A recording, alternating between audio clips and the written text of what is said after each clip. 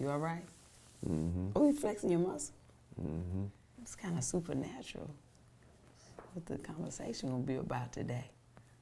Welcome to Fridays Supernatural. with Tab and Chance.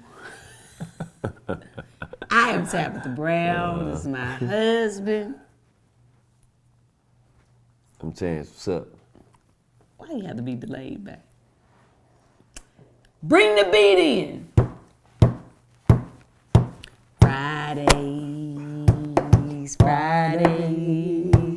Fridays with Tab and Chance. Ba-dum-pum-pum. Fridays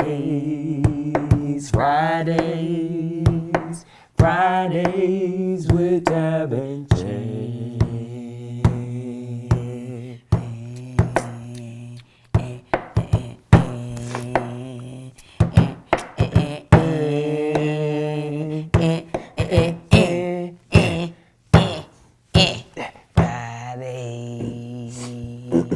Friday.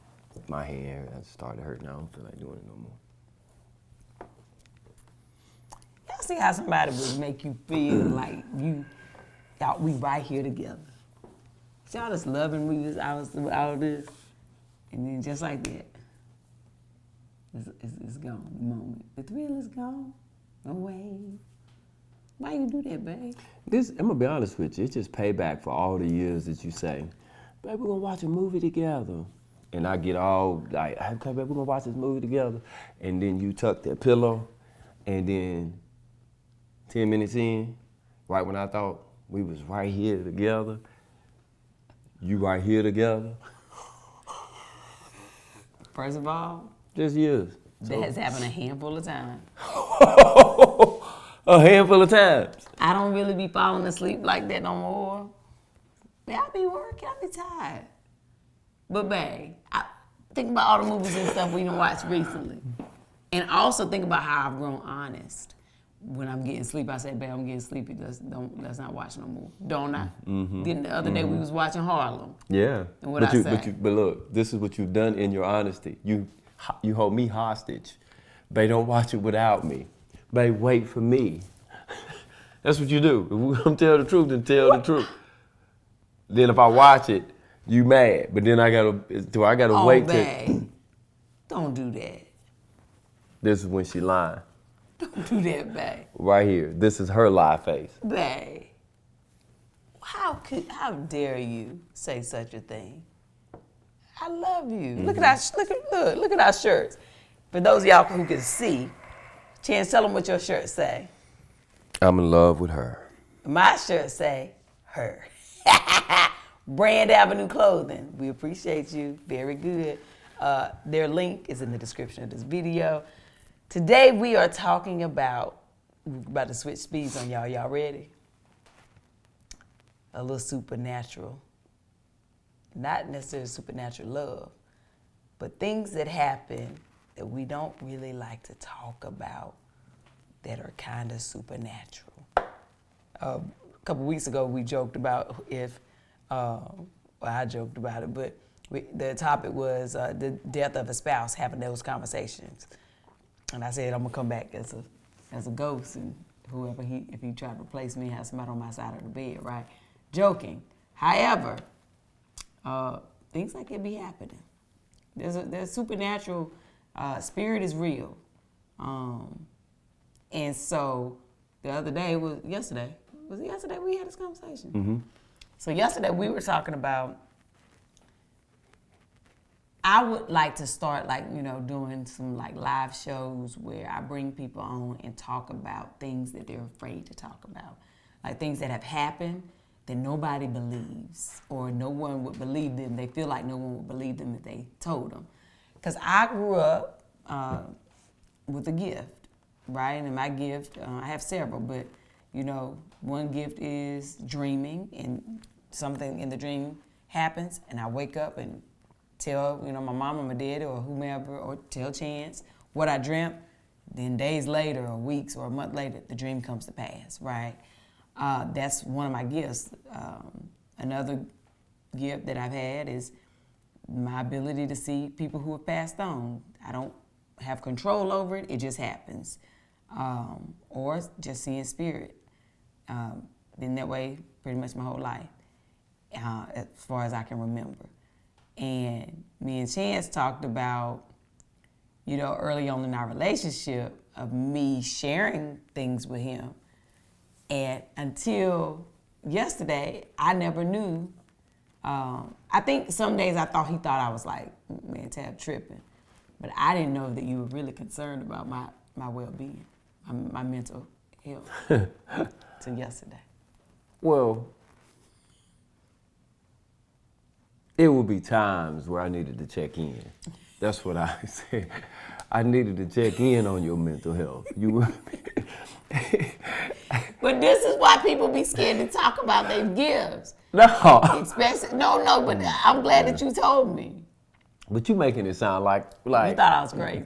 I didn't think you was crazy. How was you looking at me, babe? I was just looking in your eyes and make sure you was still in there. So Making sure you was still in there, I was just making sure, you know your spouse, right? So, but I also know, right, I also knew that I had experienced some things with you and with your mom that were, that the average person, that people just wouldn't believe, right? Mm-hmm. So I didn't want to just be like, not true, but I do feel like it you be sounding crazy. Yeah, like yeah, look, like man, let me check in. let me without saying it or pushing her too far. It's a real awkward position for a person like me who you gotta be careful not to first be offensive, not to lean too far in with it in the event that the person is getting a little lucid. So I checked in. I'm like, let me see. Let me look at your eyes. I would often, just look at you and like really pay attention to you and the stories that you would be telling me. Like, well, okay. Mm-hmm. No, but Tab, she's still in there. She ain't. Okay, well, hey. And I just did like everything else in our relationship. I guess I was doing what most would say, just making sure you ain't a danger to yourself or nobody else. You can believe whatever you want to believe, baby. Hey. But this is a real thing, right? Yeah. So imagine, growing up as a kid, I would tell my mama and my daddy, dreams or certain things that I would see. But I also had a sister, Tasha, who was just hell on wheels when it came to me. She scared me all the time, especially at night. And so I was convinced that she was scaring me, She would be telling me the boogeyman coming to get you, She would do little stuff like that. I mean, we had this like... Everybody had that boogeyman. Man, my sister, she always, the boogeyman was always coming to get me. And so at nighttime, when you in the closet and tell you the boogeyman gonna get you. Listen, she had a big black bag in the closet. There was this big black bag. JR, why you laughing? I told you the story. And she said it was with farts in it or something. She had this. It was a huge, big black bag in our hallway closet, plastic bag. I never looked in it. I didn't know what was in it, cause she wouldn't let me look at it. She was like, "When you sleep at night, I collect your farts. And one night I'm gonna put it over your head and I'm gonna kill you with them." And I was like, she was so evil. I don't know why my sister was so bad. And I believed her, so I was always afraid. And then I remember when I got into my teen years, I finally got brave enough to open that black bag. It took for you to be a teenager to get Yeah. And you know what was in there? Old sheets and blankets. But I would see these like shadows and images of people running through the house, or it would just be all kinds of things I would see at night, and I just thought it must be the boogeyman. But then when I got older, I was like, why am I still seeing the boogeyman? I'm grown. How old was I before? When me and Chance first got together, I tried to explain to him without telling him too much, because I was afraid of him thinking I was crazy. I said, I got to sleep with a night light or like the TV or something got to be on. He was like, "No, man, I don't do all that." Man, we gonna turn these dang lights out there. I was like, "No, I need a little bit of light, like maybe light on in the hallway." And it wasn't until I was 28, because Mama had passed, Yeah. that I was able to sleep without the light on. And what happened was, I actually wasn't able to sleep without it on. It was that we finally had enough money to get us a TV in our bedroom, and we could put the remote on it, Put the timer on it for 45 minutes. So Chance would say, "Babe, look, we're gonna leave the TV on. We're gonna put the timer on for 45 minutes. You need to be asleep in these 45 minutes." So then it could go dark, right? And so that's how I got used to being able to go to sleep. The TV would be on, and then 45 minutes, it would go off, but I would fall asleep before then. But I was so afraid of the dark, because when the dark comes, it's like that's when the stuff started moving around for me. And then as I got older, even in the daytime. But I remember, and I think we talked about this one time before, the first time something supernatural happened to both of us at the same time. Yeah, we were The argument? And, yeah, with the doors locking in the house. Yeah, so when we lived in Greensboro. It was a couple of things. Wait, you was about to say, we're going to tell the story, but what was the other? It was the one with the car, when I had the dream. Oh, when you had that dream, yes. I had the dream. But I'm saying like. And the car broke down, got fired, found All in out the that I same was day. pregnant all in the same day, and I had dreamt it the day night before. yeah. And then the argument at the house where we was arguing like crazy. Man, this argument was bad. And slammed the door. You was trying to leave. So, because Chance had a bad habit of when we would argue, he would get in the car and speed off and leave. And she said something, and as I was leaving, and I slammed the door. But when you slam the door, boom. Everything in the house locked. The door, so I figured I had messed up the door. But you heard it throughout the house. I thought I had just messed up the one door, though. I was like, man, I messed up the lock on the door. Chance thought he was so strong that when he slammed the door, he locked every door in the house. Including the windows. You know what? It's been years. Yeah. And for years, I had just always denied that happened. Like, yo, it was something wrong. I need y'all to understand. That was one of the moments to where, like, just, you know how you can touch the right thing and it have that trickle effect. I feel like I touched the right thing and that trickle effect happened, and the house just. And the windows wouldn't open. We got locked inside. In my head, I was like, it's old windows. Everything that happened, I had, because I was just such a non-believer. In my head, I was like, this house is old. Yeah. This old man, he let us rent this house. These windows ain't been opened in years. The windows wouldn't open. Literally, when he slammed the door, you heard the house go, like somebody went through the house and like locked the door, every door. Yeah. Every window. It was just like, you could hear it go through the house. Was this before or after Granny passed? This was after Granny passed. Granny passed. Yeah. Yeah. And so we went to try to open the door. I mean, we were arguing so bad, but this happened so fast, we forgot what we was arguing about. And we was like, man, we locked in the house. We couldn't open a window.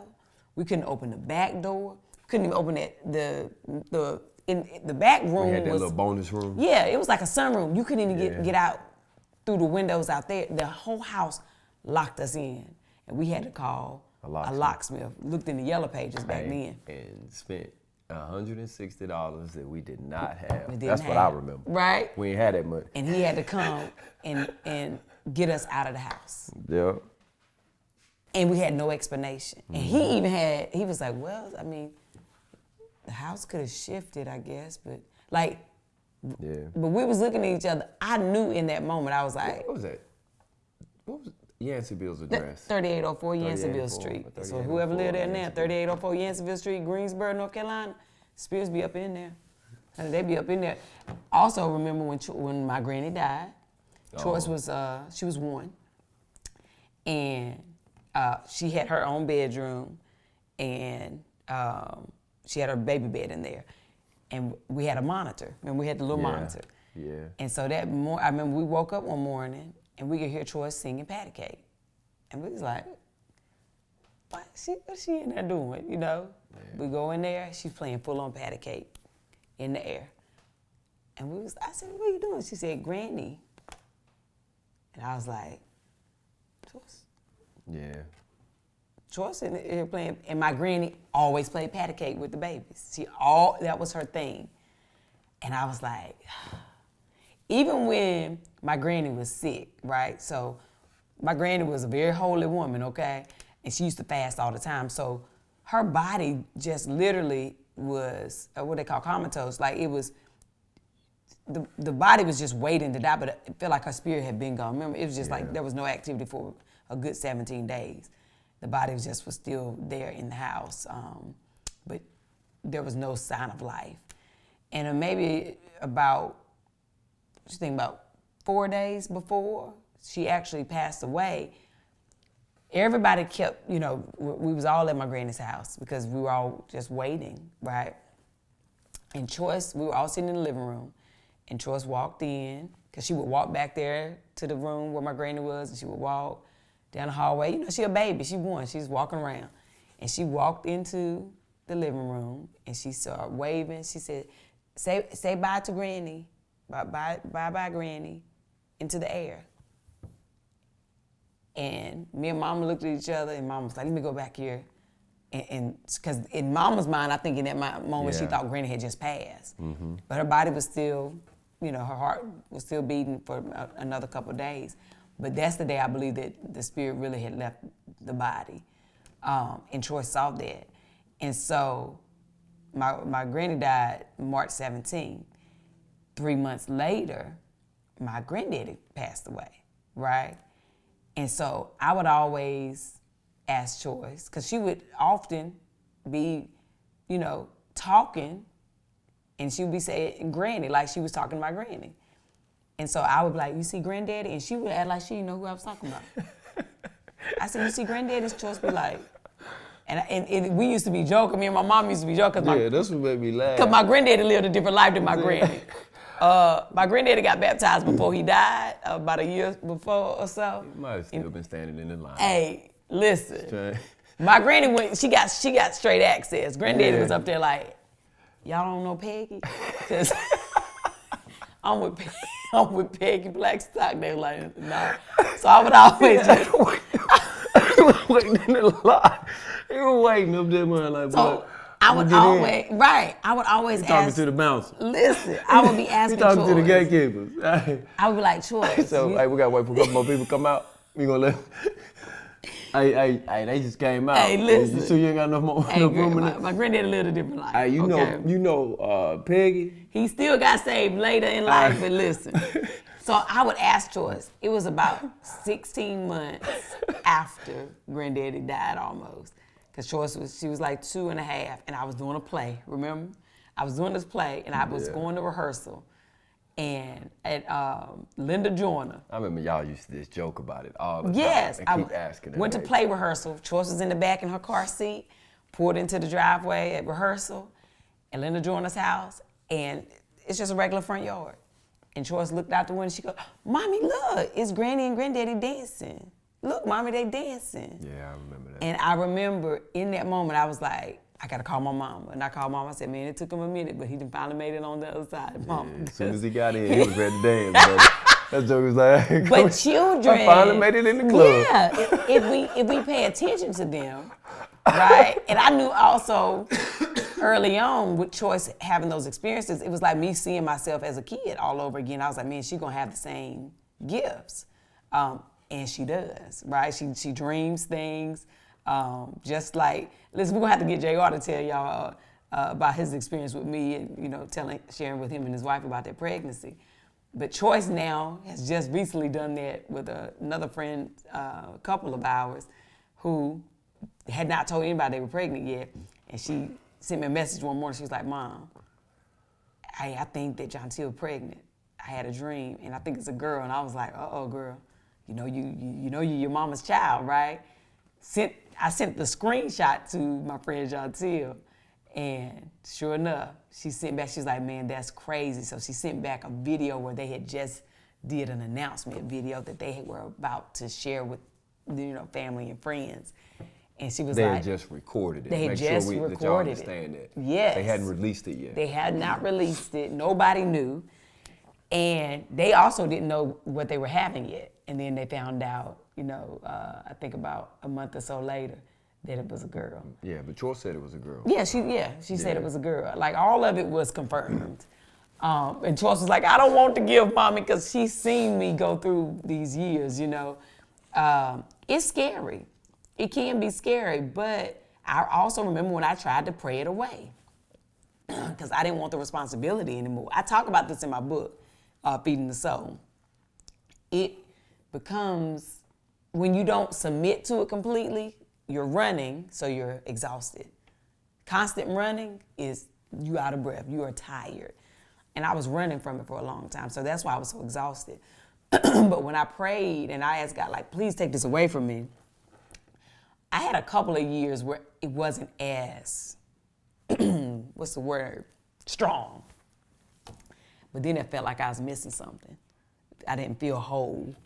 But then after, being sick and saying, God, you can have me and I'm gonna be who you created me to be, I said, I accept it. I got a question. I ain't never asked you this. Oh, Lord, here we go. How did I make you feel as it pertains to this? When you would share things with me, you're honest, like when you would be like, hey. God showed me this, so I had to. How did you feel overall? Some days I felt like you thought I was crazy. Which is why a lot of times I didn't share certain things with you, because I was like, but also God dealt with me and was like, hey, Chance can't handle that. Okay. Right. So like, remember the whole thing with the dimes? The very first time it happened, right? So for those of you who don't know, when my mama was sick, we always talked about death. Me and her, my mama was gifted as well. And we always talked about death, and we knew she was going to die. And I said, Mama, I don't know what I'm gonna do when you're gone, right? You're my best friend. We talk about everything. And she said, I felt the same way when Granny died. She was like, that was her mama. She said, but one day she was at work and she was having a rough day. She said, but she went to sit at her desk and there was a nickel sitting at the edge of her desk. And she said, for whatever reason, out of nowhere, she just was drawn to this nickel. And she was like, in that moment, she felt the presence of her mama. And she was like, and all of a sudden, she just felt like everything calmed down for her. And she was like, and from that day, whenever she was having a good day or a bad day, when she just really missed her mama, she would find a nickel. And I remember looking at her, I was like, no, Mom, you think Granny leaving you nickels? And she was like, I do, I think so. I was like, all right, so when you die, what you gonna leave me so I know that you're around? And she said, I'm gonna double it, I'm gonna leave you dimes. And we laughed about it. I was like, all right, this is probably like 6 or 8 months before she passed away. I ain't never tell nobody really about it, because it was just a conversation that me and Mama had. When my mama passed away, we was in North Carolina. Nobody was here in our apartment for almost a month, really. We was about 3.5 weeks. And the first night that we came back home, we went to get in the bed and pulled the covers back, and the bed had about maybe like 7 or 8 dimes in it. And me and Chance both kind of looked, and he was like, why you got all these dimes in the bed? I was like, I ain't got these dimes in the bed. I said it. I'm going to tell you exactly how I said it. Yeah. I was, it was, she said she put it in lightly. I'm like, man, why you got these dimes in the bed? Like, because I didn't handle your mom's death, bro. I was mad. I remember that. Yeah. Yeah. And I was like, mad about it. I ain't been here. We ain't been here. Why would I put dimes in the bed? And in that moment, the conversation with my mama came back, and I was like, no, that ain't possible. Like, how she get them in the bed? Like, I started trying to run it through my head, like, well, how would she get them in this sheet? Like, how? But I told Chance, I was like, hey, I need to tell you this conversation that me and Mama had. And so when I told him, he was like, no, I don't want to hear that. No. He's like, no, man, I don't like stuff like that. It made him uneasy. He was like, no. It made me, because you got to make sure you give them. Go ahead, tell him.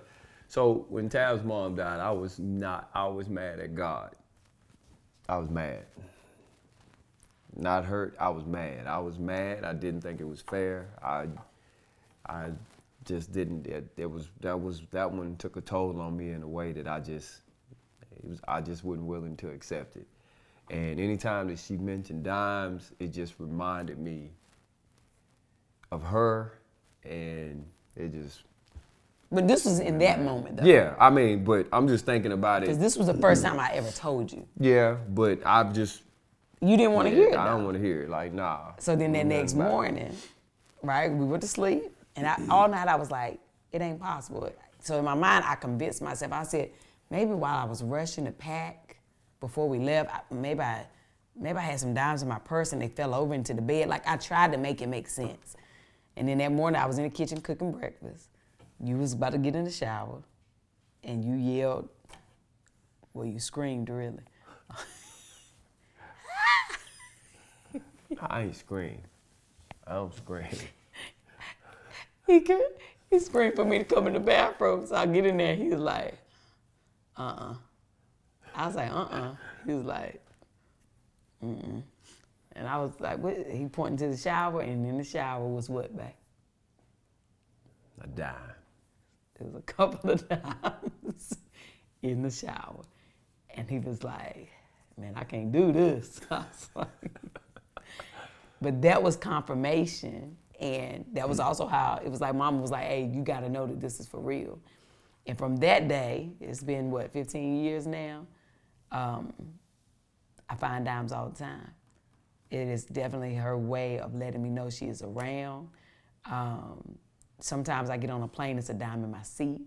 We've been traveling through security, and I pick up the bin, it's a dime in the bin. I go to set, to shoot, go sit in the makeup chair, it's a dime in my chair, or it's a dime sitting on the counter.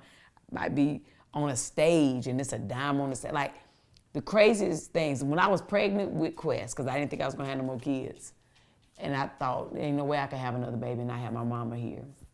But I was big and pregnant, was not big in eating Chick-fil-A, and having a really tough day in my car. And you know how Chick-fil-A, they got the box, it closes. And I remember getting back to my desk at work, when I opened that box, it was a dime sitting in the middle of the chicken nuggets. I was like, and That's I just nasty. Well, how else is she gonna get that attention? And Did you eat them nuggets? And did. And tore them up, dipped them in that Chick-fil-A sauce and that Polynesian.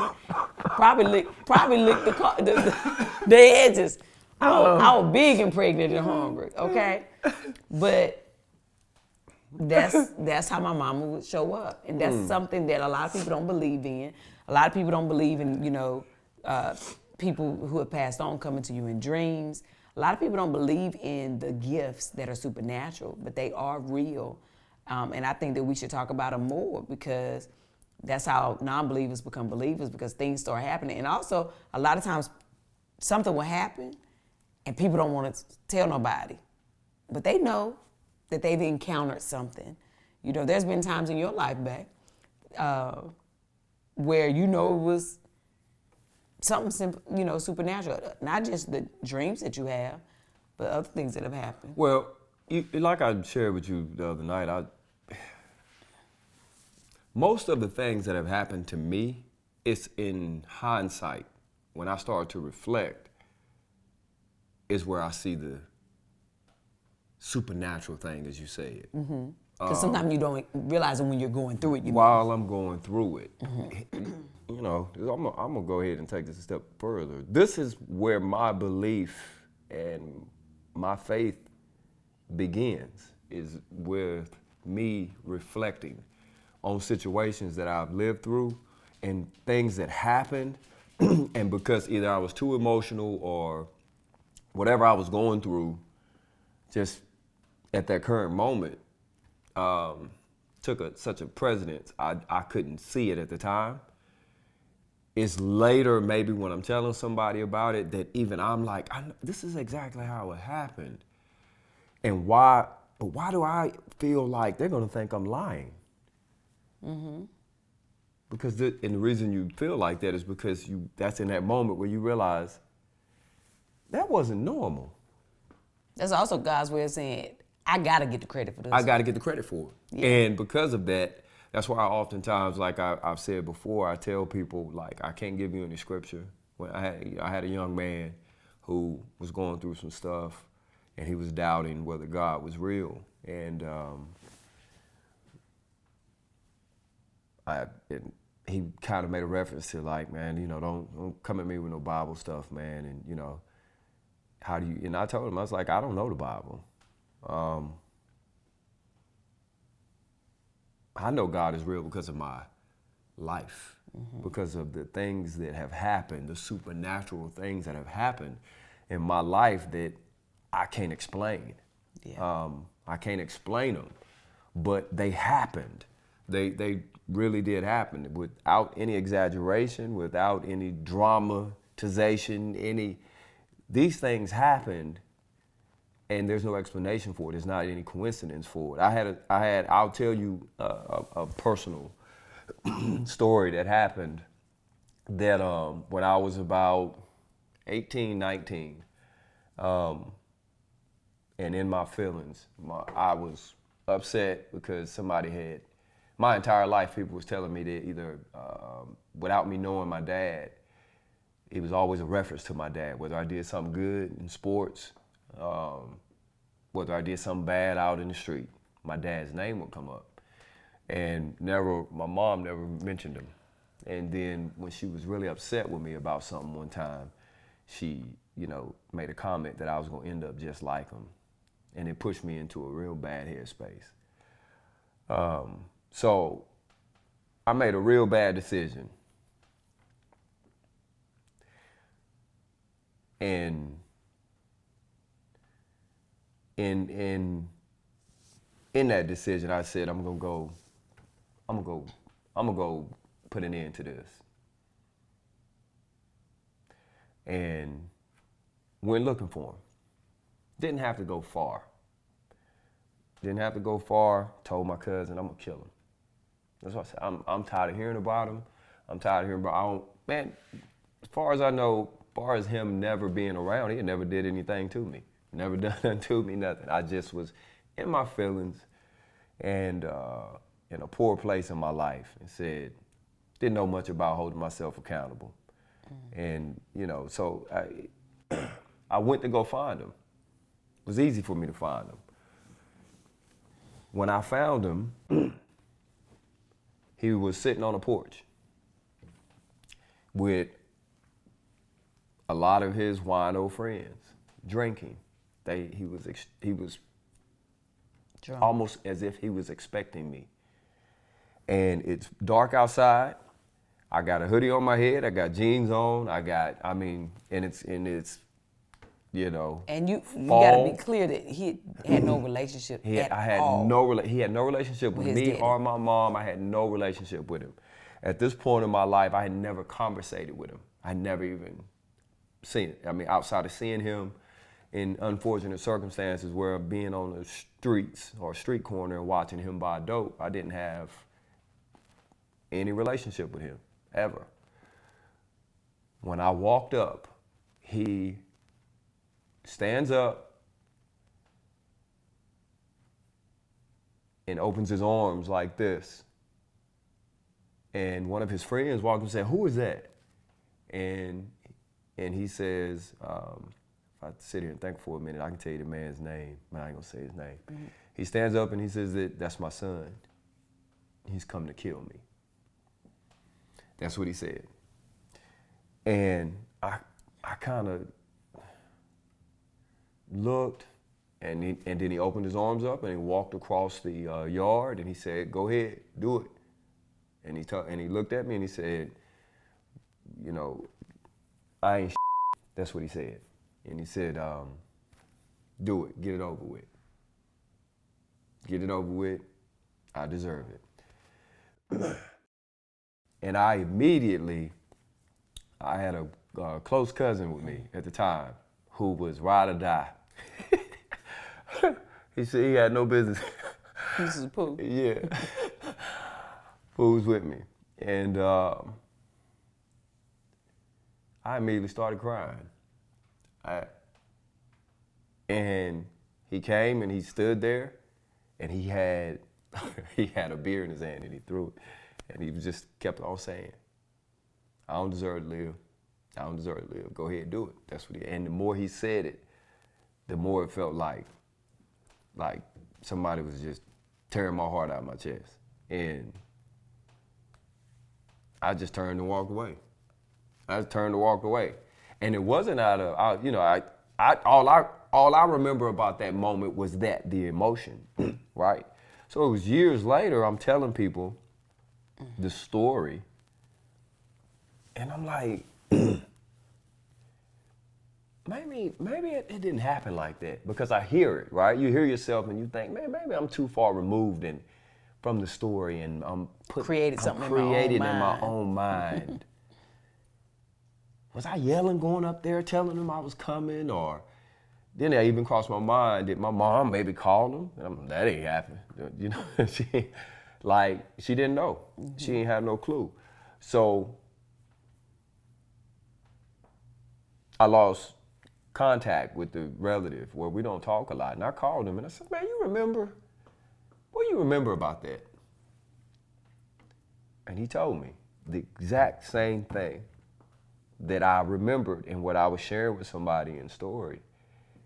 And immediately I remember I got chills, and I thought to myself, that's not by coincidence. That was not my brain filling in the spaces. I felt like that was one of those supernatural moments, and that was God's way of showing himself to me when I was ready. And when I was not ready at that moment, he was protecting me in that moment. I think he was trying to give me something else, but he was ready to show, I was ready to hear him and see him later in life.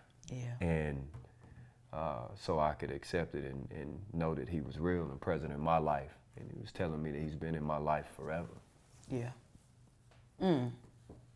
Listen. God has a way, the spirit realm of showing us how powerful he is, even without being seen, right? The power of God is a real thing. Supernatural is real. Spirit is real. Life after death is real. And it's not evil. There are evil, but all of it is not evil. A lot of people are like, oh, that's the devil, that's witchcraft. No, right? The other thing that I always tell people, people be, especially my holy rollers, as I call them, that think you can only be one kind of Christian, and you got to do X, Y, and Z, and you got to go to this church, and you got to sing this way, live this way, walk this way, talk this way. You will quote scripture and all these supernatural things that happen in the Bible. But you think that God stopped doing all the supernatural things in the Bible? You think he stopped when the Bible stopped? No. The Bible is being written today. Thousands of years from now, the world as we know it now will be the new Bible, right? This will be a continuation. The supernatural didn't stop just because the Bible ended. We're still living in the world God created, and he is still very much so alive, and the spirit is still here. So things are still, miracles are still happening. The spirit still roams. He has not come back to take this world yet. And so until then, things are still happening. So don't be so quick to call people crazy. Don't be so quick to think that people are lying. Don't be so quick to dismiss your own experience as a coincidence. You know what? For what? What am I lying to tell you that story about? Exactly. I don't want nobody to think I'm crazy. Like, I don't want you listen, for what? Hey, but I also no longer care what you think. Yeah, I thought, or anybody. I say for what, but the only times that I share those stories is usually not to convince anybody of anything.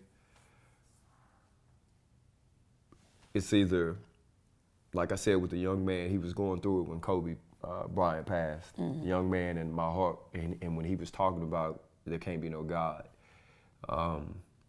there's a time where I guess I was trying to convince him that, yeah, there is a God, but I can't convince you in what you would think the methods would be. I can only tell you my life and my story and what I've seen and why I think so. Yeah. And it was more so because he asked me. I didn't go out of my way. He was hurting and looking for a reason, and he found in me, he found comfort in me. So he asked me, and I didn't have, my response was my life.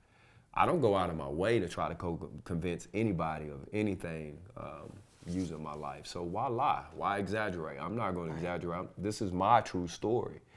And I know it sounds, It can unusual. It can sound unusual and crazy to some, but it's true. But it's true. Yeah. And a lot of us have those stories. yeah. And I wanted us to talk about this in this episode because I want to encourage people to let's start having more of these conversations so that people will normalize it, right? Normalize the supernatural, normalize having real conversations about spirit, dreams, people with visions and gifts, so that people feel comfortable. A lot of people be like, "Oh man, you can't fool with them psychics and all that," and I understand that because I would never do anything like that, for money. But people also you can't cancel out saying that they're not real if you believe in prophets, right? It's just one is using their gift in a different way. But yeah. Different does not mean wrong. Right, some people are doing it for money. Yeah. But listen, and I know some prophets who also do it for money. Hey. Alrighty, baby. This. I'm sorry. I'm sorry. Let's go ahead and end this. Okay, very good. I had the tab flash had Let's went. go ahead and end this. Tab flash had. Okay. I'm seeing this. Okay, my bad. Anywho, that's it. Also, can I say one more thing? I need to end it. You want me? Can I say it or no? Go ahead. If I say no anyway, you're gonna say it anyway. Yeah. So, because this happened to me, I want to encourage people. Sometimes when you have a gift and you don't know anybody who has that gift, and you're looking for someone to help you with the gift, and you find mentors that can kind of help you, or someone who refers somebody to you, like, hey, they can help you with that because they got the same gift.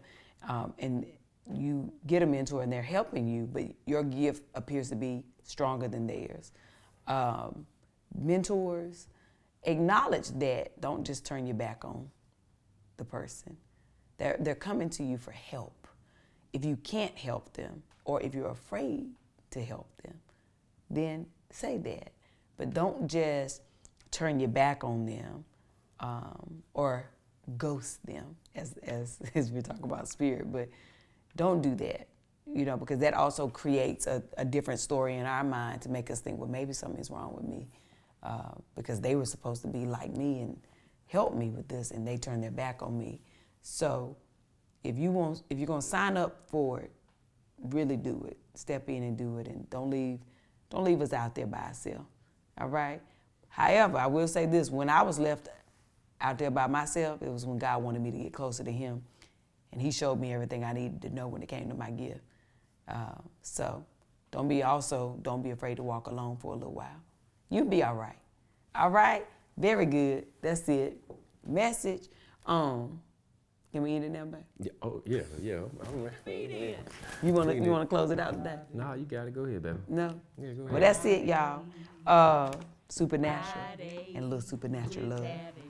Till the next time, y'all go about y'all business. Have the most amazing day. But even if you can't have a good one, don't you dare go mess up nobody else's him. We'll see y'all next time. Bye.